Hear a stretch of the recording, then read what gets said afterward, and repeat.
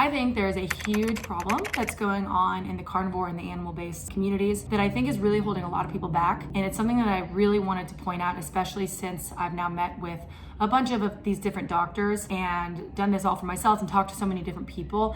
And in this video, I want to call out exactly what that is and explain it a little bit more so that hopefully you can avoid this trap as well. All right, what's up you guys? My name's Lauren. So a lot of what I wanted to talk about in this video is that I think that there's a little bit of a dogmatic approach for a lot of people to eating carnivore or animal-based or the proper human diet or whatever it is. And I think that when it comes down to it, I think that it's because people want to feel like we belong to something or something bigger than us or a community. And so we identify extremely hard with, hey, I'm a carnivore, and anybody that's a vegetarian or a vegan is like other, like they're out, right? Screw those people, they're stupid. It's kind of the vibe that I'm seeing. Or also like people being animal-based and being like so aggressive about the fact that we need fruit, and vice versa. People who think that we shouldn't have fruit being so aggressive about it in a sense, and creating these in-groups and these out-groups. And my point with all of this is that whether you like pick one of those that you live with or not, like that you decide to abide by, I think that it's very important for us to not identify with that mode of eating and be so close-minded to potentially other options. And this is my reason for it. So one, I think that there's so many doctors out there who have interviewed Dr. Sean Baker, Dr. Chafee, Dr. Ken Berry, Dr. Kiltz, Dr. Boz I'm talking to soon, and a bunch of other people that have their best attempt at telling people what the best way of eating is, and I respect it. I'm 100% in on that because they're trying to help people. Somebody like Dr. Paul Salandino is adamant that we need fruit. He's adamant that we need fruit in our diets, like thinks that it's actually dangerous not to have fruit. Well, you talk to Dr. Ken Berry, who's adamant that we absolutely like shouldn't have fruit in our diet. You talk to Sean Baker and he's kind of like, whatever works for you. You talk to Dr. Kiltz and he's like adamant that sugar is the demon and that we shouldn't have sugar in our diets at all. And also that we should just have one meal a day. So like everybody has their approach, right? And it's all kind of various categories. But I think that the whole point is that everybody's trying to get healthier. And so if we get stuck on just, okay, 100% carnivore and everybody else who does anything else, like screw you, that's a problem. That's a problem because then it becomes like a cult. And then also we do exactly what we did with the big food and big pharmaceutical companies that got us screwed in the first place, which was we basically just take their information and we run with it. All right, they tell us that cholesterol is bad or that high fat diets are bad. And so we take that and we're like, boom, okay, that's bad. And in our brains, we categorize it. But instead, we could just try it and see how we feel and then challenge it maybe and see, okay, do I feel better with this? Am I gaining weight with this? Am I having more energy with this? So on and so forth. But instead, we just get the information that we're told, we take it, we don't look at anything else that's competing, and instead we just run with it. Not realizing that we're possibly missing out on a whole lot of information out there that give us ability to understand what's going on within our bodies. My whole point is like, I think that sometimes people, when we join communities, we get very dogmatic in our approach. We get very intent on following those rules and never having an open mind or never trialing or questioning it.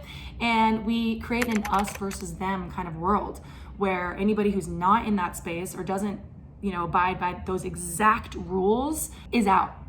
There's a couple dangers with that. One, like I said, you lack open-mindedness. We lack open-mindedness when we just shut the doors and we won't look at any other options. We don't actually then learn the truth. Like, who cares about whether you're following carnivore or animal-based or whatever? Like, we want to know the truth. What is the truth? Vegetarians need to know the truth about seed oils. Vegans need to know the truth about the food that maybe where they're getting their food and the seed oils and that. We're all just seeking the truth. So that's the thing that we're going for. And if we stick to just one of those, we're not looking for the truth anymore. At that point, we're just trying to follow the rules to continue to belong to that community.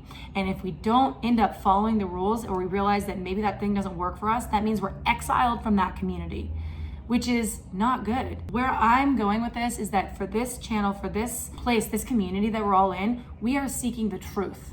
We want to know the truth. And that very well may be carnivore.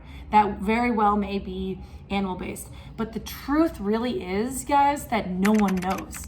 No one knows. We haven't had people that have existed and been alive for 80 years just eating meat. No one's done that. We've had people that have done it for 20 years, maybe people that have done it for a little longer than that, but no one's done it for an entire lifetime. And if there are people out there, then there's maybe a couple. But we're talking about like large data sets to understand what this looks like. No one has that. It does not exist. You could argue that this lifestyle of eating has been around for millions of years, in which you'd be right, but no one studied, life without fruit for 100 years and life with some fruit for 100 years. No one knows if that's the benefit, or is the benefit just removing processed foods? We don't know. So I guess my point in this is that I really think that it's incumbent on us to make sure that we're not just doing this to follow the rules of carnivore or animal-based. We're doing it to seek truth. And the only way to do that is to have an open mind and do some research and listen to controversial points of view, listen to people that might have a different take on it, and then try it on yourself and then see how it works out for you. And that's how I've done it. That's what's worked for me. I figured that basically once I have a 95%, if not a little bit more, diet that's based in just eating meat, I feel the best. I look the best. I have the best attitude. I have no anxiety. I have no depression. I have energy. I sleep better, all of that. But I don't know that not having fruit for the rest of our lives isn't detrimental. No one knows that. So we should be aware of these kinds of things, and let's just create a space. Let's have the space where everybody is here to learn the truth. Everybody is here and tired of the crap. Everybody wants to invent their own reality and design their own reality to actually become the truest, fullest form of their potential. Be the person they want to be. Have the business they want to have.